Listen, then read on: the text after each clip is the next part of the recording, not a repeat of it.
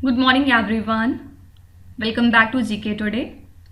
And today we'll be discussing most important MCQs for 8th of June 2023. Let's start with our session. Which union ministry implements the City Investment to Innovate, Integrate and Sustain 2.0? So Union Cabinet has approved this program, and it is a type of program that has been conceived by the Ministry of Housing and Urban Affairs in partnership with the French Development Agency AFD, KfW, European Union and the National Institute of Urban Affairs. And the program will run for a period of 4 years, that means from 2023 till 2027. Okay. So which ministry is associated with this program? Answer would be Ministry of Housing and Urban Affairs. Who is the current Minister for Housing and Urban Affairs? This is Mr. Hardeep Singh Puri. Now let's see a few of the important bills and with which state they are associated to. The first one is Cow Service Commission Bill, and this is the bill of Maharashtra state government. Basic aim is to promote indigenous cattle breed. Then second is Advocate Protection Bill, and this is the bill from the state of Rajasthan. Basic aim is to avoid the offences against the advocates in the state. And the third is Media Persons Protection Bill, and this is the bill from the state of Chhattisgarh, and basic aim is to avoid the offences against the media persons. And the last one is the Protection of Drinking Water Catchment and Areas Bill, and this is the bill of Arunachal Pradesh, and aim is to preserve the drinking water sources. Okay, so these are the different bills from different states. Next is, what is the outlay of the world's largest grain storage plan in the cooperative sector? So Union Cabinet has recently approved the formation and empowerment of an interministerial committee to create the world's largest grain storage plan in the cooperative sector with an outlay of 1 lakh crore rupees, and the objective will be achieved by converging 8 ongoing schemes of 3 ministries. So Ministry of Cooperation will implement a pilot project in at least 10 selected districts. Okay, so what is the outlay of the world's largest grain storage plan in the cooperative sector? So the outlay is 1 lakh crore rupees. Now apart from it, can you tell me which ministry is associated with Pashudhan Jagruti Abhiyan?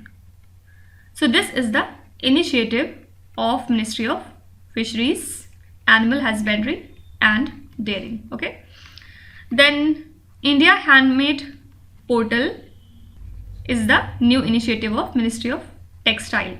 Simply you can be asked that which ministry has launched the India Handmade Portal? So answer would be Ministry of Textile. After that, Nipun is also important. What is the full form of Nipun? National Initiative for Promotion of Upskilling of the Nirman Workers, and it is the initiative of Ministry of Housing and Urban Affairs. Okay. Now next is, which Asian country joined the centralized laboratory network? So India recently joined the centralized laboratory network to test the vaccines during pandemic and epidemics, and this network currently has 15 partner facilities in total 13 countries. And this CLN is a part of CEPI, means Coalition for Epidemic Preparedness Innovation, and the network is the largest global group which has standardized methods and the materials for testing. Okay, so which Asian country has recently joined this network? Answer would be India. Now a few days back, the World Health Organization has declared 2 of the countries as malaria free, right? And which are these 2 countries? These are Azerbaijan and Tajikistan. Okay, then Bold Kurukshetra is the exercise between which 2 countries? India and Singapore. Why it was in news? Because recently it has been conducted at Jodhpur, Rajasthan. Fine. So two things can be asked from this question. Bold Kurukshetra is the exercise between which two countries? So India and Singapore. And what is the venue for this exercise in 2023? So that would be Rajasthan. After that, Fringex is also important. It was in news a few days back. Fringex is the exercise between India and France, and this year it was held in the state of Kerala. Right? After that, there is exercise named as Dustlick, and it is the exercise between India and Uzbekistan. The venue for this year's event is Uttarakhand. Precisely talking, it is the place Pithoragarh. Fine. So these exercises are important from your exam's perspective. Next is, which city hosted the India-European Union Global Gateway Conference? So this conference will be held in Shillong, and it focuses on boosting connectivity and infrastructure in the Indian subcontinent. Basically, it will focus on total 3 pillars. First is digital, second is energy, and third is transport. So, Ministry of External Affairs, European Union delegation to India, and the Asian Confluence are jointly organizing this India-European Union Connectivity Conference. Venue is very important. So venue is Shillong. Okay. Now, what was the venue for India Energy Week 2023? So the venue for this event was Karnataka state. Then Technotex 2023 was organized in Mumbai. Fine. After that, World Economic Forum Global Future Council 2023 venue was Dubai. Right. And the third edition of International SME Convention was organized few days back. In this, Madhya Pradesh government was the key state partner, while Uttar Pradesh government was associate state partner. Fine. This question is very important. After that, what was the venue for Civil 20 India 2023 Inception Conference? So the host for this event was Nagpur. And now you have to tell me which state is the host for this year's SAFF Championship. Do let me know in the comment section. Next question is, as of 2023, India has how many joint logistic nodes? Actually, armed forces are planning to set up an additional joint logistic node across the country to boost integration in their logistical nodes and streamline their supply chain. So while the last joint logistic node was operationalized in Mumbai city in April 2021, the nodes in Guwahati and Port Blair were operationalized in January 2021. So the Joint Operations Division under the Headquarters Integrated Defense Staff has been responsible for establishing the nodes, and as of 2023, India has total 3 joint logistic nodes. Now Indian Armed Forces are planning to set up one more joint logistic node. Okay.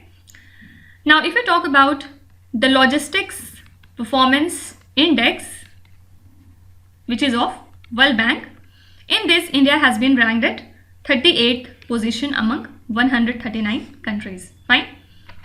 Also, India's very first multimodal logistic park is set to be established in the state of Assam. Fine. Also, a few days back we have seen that the government of Rajasthan has declared 3 of its reserve as conservation reserves. What are these areas? First is Sorsan in Baran, right? Second is Khichan in Jodhpur, and the third one is Hamirgarh in Bhilwara district. So these 3 areas have been declared as conservation reserves. Fine. Next question is, which state announced that the Ahmadnagar will be renamed as Ahilyanagar? So Maharashtra Chief Minister Eknath Shinde has announced that Ahmadnagar will be renamed as Ahilyanagar to pay tribute to 18th century Maratha queen Ahilyabai Holkar. Okay, so she reigned Malwa from 1765 to 1795, and she had established Maheshwar in the state of Madhya Pradesh as the seat of the Holkar dynasty. Also in the month of February, the government had renamed Osmanabad as Dharashiv and Aurangabad as Chhatrapati Sambhaji Nagar. Okay. Also, if we see few important places that have been renamed recently, so first is Allahabad. Allahabad lies in the state of Uttar Pradesh, and now it has been renamed as Prayagraj. Okay. Then second is Hoshangabad, and now Hoshangabad has been renamed as Narmada Puram. Okay. Then Rohtang Tunnel would now be called as Atal Tunnel. Fine. Then Habibganj railway station has been renamed after Atal Bihari Vajpayee, and now it would be called as Atal Bihari Vajpayee station. Also there is this Ekana cricket stadium in Lucknow, and it has been renamed after Atal Bihari Vajpayee, so it would be called as Atal Bihari Vajpayee Stadium. Fine. So these are the few important places that were renamed recently. Next is, which state or the union territory has launched the Operation OP Clean? So it was launched recently by the Punjab police, and aim is to make the state drug free. Okay. So 650 police teams comprising over 5,000 personnel raided more than 2,000 locations across the state to keep a tab on the activities of the people who are involved in smuggling of commercial quantities of drugs. Fine. So Operation OP Clean belongs to the state of Punjab, and basic aim is to make the state totally drug free. Fine. Now can you tell me, Prime Minister Narendra Modi has addressed One World TB Summit at which place? So he has addressed this summit in Varanasi city on the occasion of the World TB Day, which we observe every year on 24th of March. And what was the theme for the World TB Day this year? So the theme was, yes, we can end TB. Okay. After that, UAE has hosted the first I2U2 Vice Ministerial meeting to discuss the investment opportunities so as to address the issues that are related to management of energy crisis and food security. And which countries comes under this I2U2? So these are India, Israel, US and UAE. This time the host was UAE. Fine. And which state was the host for the RIC conference? And what is the full form of RIC? So it is Research and Innovation Initiative Gathering. So the venue for this conference was Dibrugarh in the state of Assam. Fine. RIC conference is important because it has been organized under India's G20 presidency.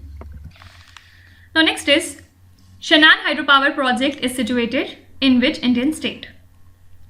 So British era 110 megawatt Shannon hydropower project is situated in Mandi district of Himachal Pradesh. It was commissioned in 1932 and it was built under a 99-year of lease, and now its lease is being disputed between Punjab and Himachal Pradesh government. That's why this project was in news. Okay, so this Shannon hydropower project lies in the state of Himachal Pradesh. Now let's see a few of the important bridges that were in news these days. First is the Zuari Bridge. Zuari Bridge lies in the state of Goa. Also it is important because it is the second longest cable stayed bridge. Then there is this Bogibeel Bridge and it lies in the state of Assam. After that, next is Siom Bridge and it lies in the state of Arunachal Pradesh. Padma Bridge was also in news these days and it is the bridge of Bangladesh government. Fine. Can you tell me which is the 53rd district of Madhya Pradesh. What was the name of this district? Do let me know in the comment section. Talking about Tamil Nadu, recently Tamil Nadu has got its 18th wildlife sanctuary named as Thanthai Periyar Wildlife Sanctuary, and it lies in the Erode district of Tamil Nadu. Okay. Next question is, which institution has released the 11th edition of the World of Work report? So the 11th edition of the World of Work report was released recently by the International Labour Organization, and as per the report, in 2023 the global unemployment is expected to decline below pre-pandemic level to 5.3%. Fine. So what's inside the report is not at all important.